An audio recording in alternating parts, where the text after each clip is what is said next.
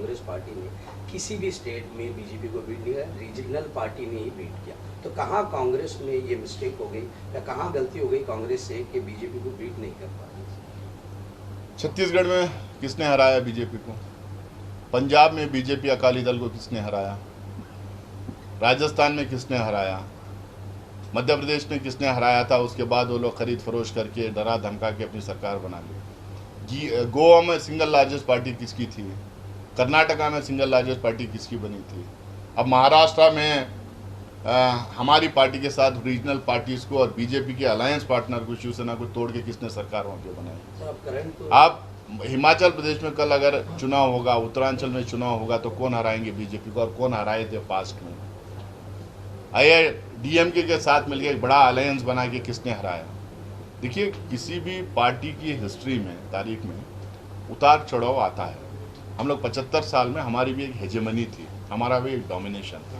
आज कम्युनलिज्म के बिना पे, तासुब के बिना पे पोलराइज करके ये एक पार्टी अपना डोमिनेशन बनाने की कोशिश कर रही, कुछ हद तक बना भी ली। ऐसा जो है माहौल दुनिया के बहुत सारे कंट्रीज में हुआ। आप फ्रांस देख लीजिए, स्पेन देख लीजिए, कनाडा देख लीजिए, यूएस, बहुत सारे साउथ अमेरिकन कंट्रीज और यूरोपियन कंट्रीज में राइट विंग असर्शन रहा है।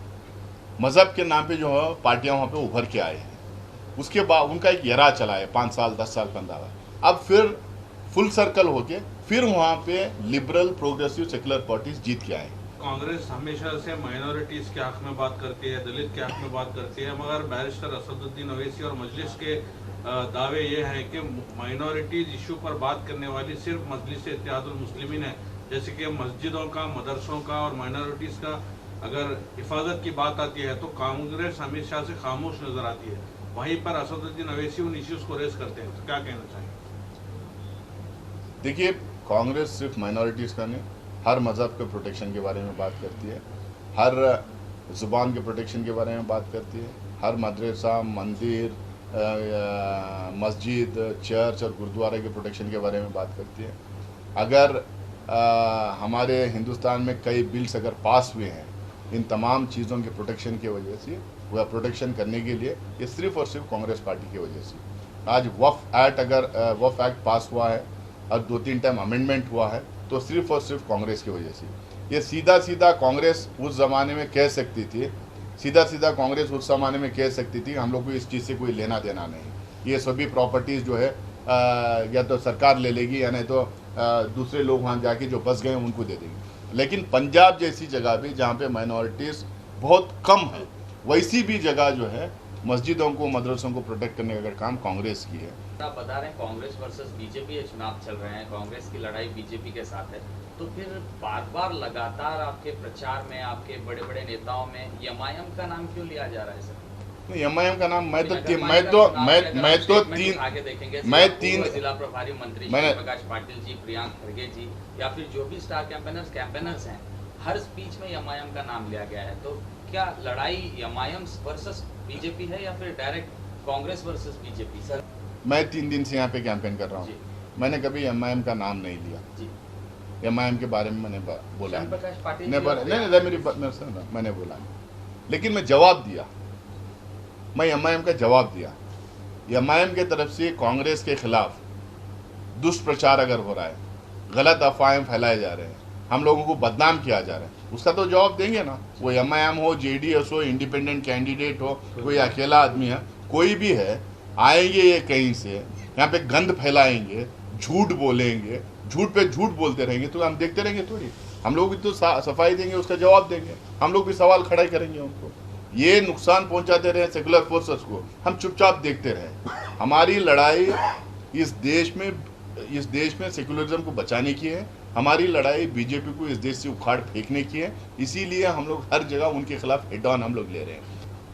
ये फर्स्ट टाइम जो है फखरुल इस्लाम साहब के बगैर जो है गुलबर्गा में इलेक्शन हो रहा है, जैसे भी आप बताएं, तो आप यहाँ पर काफ़ी 3-4 दिन से यहाँ पे कैंपेनिंग कर रहे हैं, खुसूसन मुस्लिम अक्सरियत इलाकों में आपने कैंपेनिंग ज़्यादातर देखी है, तो क्या फ़र्क नज़र आया आपको उस टाइम की कैंपेनिंग में जब आप खबर साहब के साथ में जब कैंपेनिंग होती थी और अब, और उनके नाम का, उनके लेगेसी का अब तक क्या आपको असर यहाँ पे नज़र आ रहा है? देखिए, गुलबर्गा की आवाम, चाहे वो हिंदू हो, मुसलमान हो, किसी भी मज़हब के हों, फखरुल इस्लाम साहब के काम को उन्होंने सराहाया है, उनको उन्होंने लगातार वोट दिया है, उनको उनका अपना लीडर वो मानते हैं। हर जगह जहाँ जाते हैं हम लोग खमर साहब का नाम लेते हैं तो बड़ी इज्जत से लोग आके मिलते हैं, उनको याद करते हैं और उनके हमारे से पहले वो खुद ही बोलते हैं कि खमर साहब की अहलिया यहाँ पे आके वोट पूछ रही हैं। खमर साहब कांग्रेस पार्टी में थे, कांग्रेस के लिए काम करते थे, तो हम लोग पूरी तरह से कांग्रेस को वोट देंगे करके। और मुझे लगता है कि जितना उनका काम रहा 20, 30, 40 साल यहाँ पे जिस तरह से उन्होंने मेहनत की है, ये काबिल तारीफ़ है और एक मिसाली काम है। और हर पॉलिटिशियन को, चाहे वो हमारी कम्युनिटी का है या नहीं दूसरी कम्युनिटी का हो, खमर साहब के काम से हम लोगों को सीखना चाहिए, लोगों को जोड़ के रखने का, लोगों के भलाई के लिए काम करने का और लोगों से जुड़ के उनके मुद्दों को उठाने का जो है, जो उनका एक सिलसिला यहाँ पे बना रहा था, उसको हम लोगों को याद रखने का। कितने सीट आएंगे सर? उत्तर में आपके विधायक भी हैं, 32 सीट। मैं उत्तर देखो यार, नॉर्थ या साउथ नहीं बोलूंगा, नॉर्थ साउथ नहीं बोलूंगा, हिंदू मुसलमान नहीं बोलूंगा, ये जात वो जात नहीं बोलूंगा। कांग्रेस के जो हैं करीब 35, कांग्रेस के 35 और 40 के बीच में हमारे जीतेंगे। 55 पे हर वार्ड में कांग्रेस वर्सेस लड़ाई है, कहीं कांग्रेस वर्सेस बीजेपी है, कहीं थोड़ा बहुत एक दो जगह जनता दल है, एक दो जगह इंडिपेंडेंट्स है, लेकिन हर जगह लड़ाई कांग्रेस वर्सेस है। लेकिन टक्कर मेयर के लिए जो टक्कर होगी कांग्रेस और बीजेपी की वो होगी। लेकिन मुझे लग रहा है कि इस बार बहुत आसानी से कांग्रेस इख्तिदार में आएगी, हमारा मेयर और डिप्टी मेयर बनेगा। जस्टिस नागमोहन की अगर आप रिपोर्ट देखेंगे तो सर्वे करने के बाद एक 22 पॉइंट समथिंग रिजर्वेशन माइनॉरिटीज़ के लिए था, तो उन्होंने और 4% रिजर्वेशन बढ़ाने की बात की।